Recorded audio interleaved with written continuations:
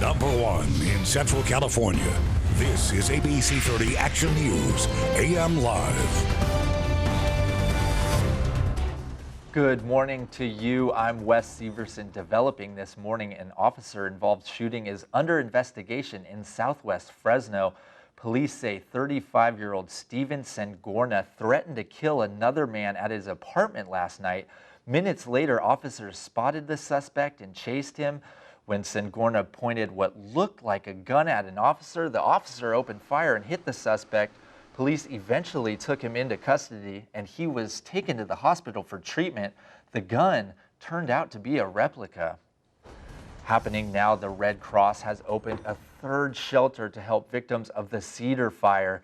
It's burning in the mountains east of Delano along the Kern and Tulare County lines. The new shelter is meant to help protect them from bad air quality, along with anyone else who may be forced to evacuate. It's located in Lake Isabella at First Baptist Church on Schur Street. The Cedar Fire has burned nearly 18,000 acres, up from 14,000 yesterday. It's only 5% contained this morning. Further south, crews continue to make progress on the Blue Cut Fire burning near Cajon Pass.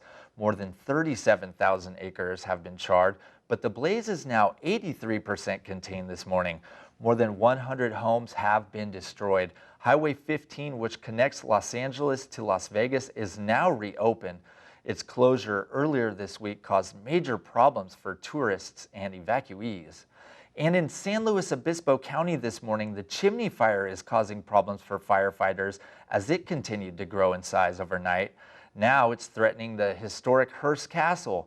All tours are canceled until further notice. High winds and dry conditions are fueling the blaze down there.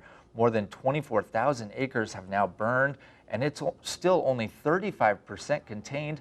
Along with Hearst Castle, more than 300 structures remain threatened.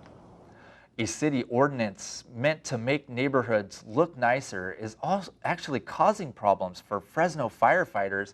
The ordinance requires owners of abandoned buildings to use clear plexiglass instead of boards to cover windows and doors.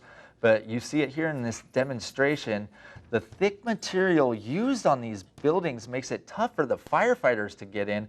That can spell big problems if there is a fire and people are inside. When we run across this Lexan and plexiglass, it's very, very difficult to get in. This stuff is designed to keep people out, and it keeps us firefighters out as well. When we run into this stuff in the field, it usually causes quite a delay in getting to the seat of the fire. That means anyone inside the buildings is in danger. Squatters are often inside boarded up buildings. 5 were killed in a fire at an abandoned home last year.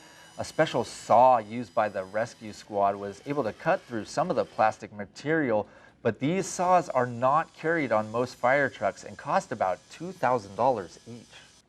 In Your Voice, Your Vote, Republican Donald Trump continues to make his case to African American voters.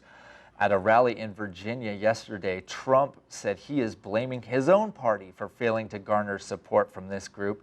He also doubled down on his plan to stop illegal immigration, saying border crossers are to blame for unemployment among Hispanics and African Americans.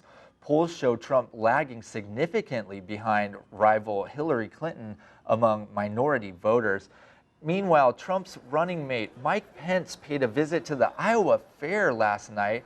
He worked to drum up support for Republicans yesterday, all while grilling pork chops and smiling as he held his wife's hand, strolling through the fairgrounds there. Good Morning America will have a full campaign update ahead in just minutes.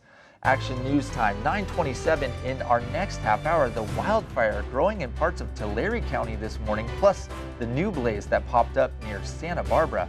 Also ahead, how the morning commute on the East Coast got off to a deadly start. Details on this frightening bus crash. Plus, we'll take you back out live to breaking news out of Porterville, the overnight investigation into a shootout between an officer and a suspect right near Porterville High School. But before we go, here's a live look at the North Valley from our Merced Skycam. We will have a full update on the cooler conditions headed your way this weekend when Action News returns right after this.